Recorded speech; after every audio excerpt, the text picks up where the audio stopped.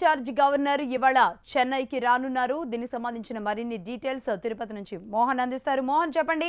ఆ పరిస్థితిని కేంద్రంతో గవర్నర్ చర్చించే ఉంటారు కాబట్టి గవర్నర్ ఏం చేయబోతున్నారు ఆయనకైతే ఒక స్పష్టత వచ్చే ఉంటుంది. కానీ అక్కడ తమిళనాడు ప్రజలే కాదు, యావత్ దేశాన్ని కూడా గవర్నర్ ఎలాంటి డెసిషన్ తీసుకుంటారు, ఇలాంటి కీలక పరిస్థితుల్లో తమిళనాడు రాజకీయం ఎటువైపు తిరుగుతుంది అనేది ఉత్కంఠగా మారింది. మరి గవర్నర్ ఎప్పుడు వస్తున్నారు, ఏం జరగబోతుంది?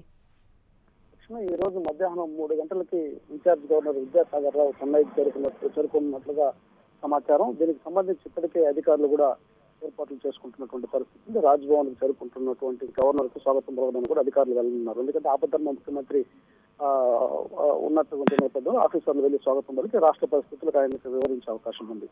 అయితే ఆ తర్వాత జరుగుతున్నటువంటి పరిణామాల్లో ఆయన ఎలా వ్యవహరిస్తారన్నది ఇప్పటి వరకు కూడా అంతుపట్టినటువంటి వ్యవహారంగా మారింది. ఎందుకంటే గడిచిన 4 రోజులుగా ఎప్పుడైతే ఎమ్మెల్యేలందరూ కూడా పన్నీర్ సెల్వం రాజీనామా చేసిన తర్వాత శాసనసభాపక్ష నేతగా ఏఐడిఎంకేకి శశికళను ఎన్నుకున్నామని చెప్పి సమాచారం ఇచ్చిన తర్వాత మరుసటి రోజు వస్తానని చెప్పినటువంటి ఇన్ఛార్జి గవర్నర్ అప్పటి నుంచి రాకపోవడం ఒక వ్యూహాత్మకమైనటువంటి అడుగుగా ఇప్పటికే రాజకీయ విశ్లేషకులు చేస్తున్నటువంటి పరిస్థితిని మనం చూస్తున్నాం. అట్లాంటి నేపథ్యంలో ఒక వ్యూహం ప్రకారమే పన్నీర్ సెల్వం ఇప్పుడు 2 రోజుల తర్వాత రాజీనామా చేసిన 48 గంటల తర్వాత తన తిరుగుబాటును ప్రదర్శించడం, ఆ తర్వాత జరుగుతున్నటువంటి పరిణామాలు, శశికళకు నోటీసులు, ఇట్లాంటి నేపథ్యంలో అన్నాడీఎంకేలో ఏం జరుగుతుందనేది పక్కన పెడితే ఈ రాష్ట్రంలో ఏ రకమైనటువంటి ఈ రకమైనటువంటి రాజకీయ అనిశ్చితికి ఏ రకమైనటువంటి ఫుల్ స్టాప్ పెడతారు. ఇది రాజ్యాంగ సంక్షోభంగా మారి రాజ్యాంగ పరిధిలో ఉన్నటువంటి సమస్య కాబట్టి దీని ఏమైనా గవర్నర్ చేతులకు తీసుకునే అవకాశం ఉంది. ఇవన్నీ కూడా గవర్నర్ ఏం చేస్తారన్నది ఇప్పటికీ రాజకీయ విశ్లేషకులకు సైతం అందుబాటులేదు. ఎందుకంటే ఇక్కడ ఏఐడిఎంకేతో పాటు అన్ని రాజకీయ పార్టీలు ఎవరు ఎత్తులు వాళ్ళు వేస్తున్నటువంటి పరిస్థితి చాలా స్పష్టంగా కనిపిస్తుంది. కేంద్రం తన ఆటను తను ఆడిస్తున్నటువంటి విషయం చాలా స్పష్టంగా విదితమవుతోంది. ఈ నేపథ్యంలో గవర్నర్ ఎలా వ్యవహరిస్తారనేది చాలా ఆసక్తికరమైన అంశంగా మారింది. ఎందుకంటే ఈ రోజు ఎమ్మెల్యేలందరూ కూడా 131 మంది ఎమ్మెల్యేలు తనకు బాగుందని చెప్పి అంటున్నారు. పన్నీర్ సెల్వం మినహాయిస్తే 134లో 131 మంది తమ వద్దే ఉన్నారంటున్నారు. అయితే పన్నీర్ సెల్వం ఇంట్లో ఇప్పటికే 5 మంది తేలారు. 5 మంది ఇంట్లో పన్నీర్ సెల్వం ఇంట్లోనే 5 మంది బహిరంగంగానే మద్దతు చెప్తున్నటువంటి పరిస్థితులు, వాళ్ళ పేర్లు కూడా హెచ్ఎంటీవీలో వేయడం జరిగింది, వాళ్ళ ఫోటోలతో సహా. సో ఇప్పుడు మనం చూసుకున్నట్లయితే 131 మందిని విడివిడిగా శశికళ వేరు ప్రాంతాల్లో పెట్టింది.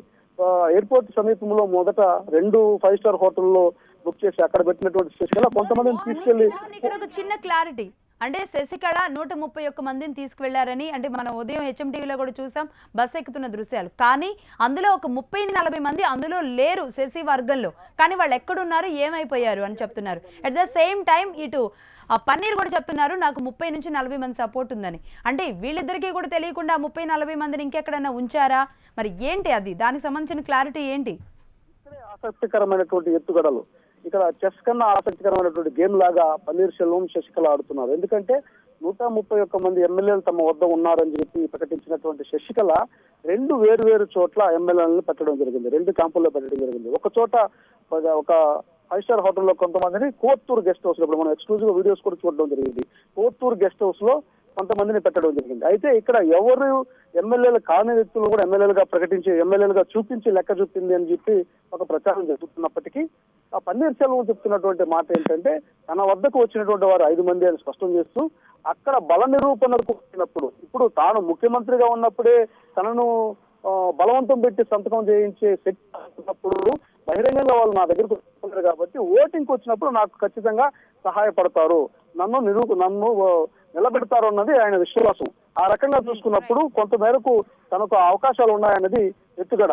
సో ఇక్కడ చూసుకున్నట్లయితే 131 మంది ఎమ్మెల్యేలు వేరు చోట్ల శశికళ పెట్టడం, అది కూడా కొంతమందే ఉన్నారని లైట్ తీసుకునే అవకాశం వస్తారు కాబట్టి ఆమె కూడా ఒక ఎత్తుగడతో వేరు ప్రాంతాల్లో ఎమ్మెల్యేలు పెట్టినట్టుగా తెలుస్తుంది. ఆ రకమైనటువంటి ఎత్తుగడలో ఇప్పటి వరకు వేసుకుంటూ వచ్చినటువంటి శశికళ ఇప్పుడు అందరినీ కూడా ఒక చోటకి చేర్చే ప్రయత్నం చేస్తారు. ఎందుకంటే మధ్యాహ్నం 3 గంటలకి గవర్నర్ వస్తున్న తరుణంలో గవర్నర్ రాగానే పన్నీర్ సెల్వం కన్నా ముందు తాము కలవాలని ఒక ప్రయత్నం చేస్తున్నారు. అయితే గవర్నర్ ఎవరికి అపాయింట్మెంట్ ఇస్తారనేది కూడా ఇప్పుడు ఆసక్తికరంగా మారింది. లక్ష్మి. రైట్ మోహన్, మొత్తానికి హెచ్ఎంటీవీ స్క్రీన్ మీద మనం చూస్తున్నాం ఎక్కడైతే శశికళ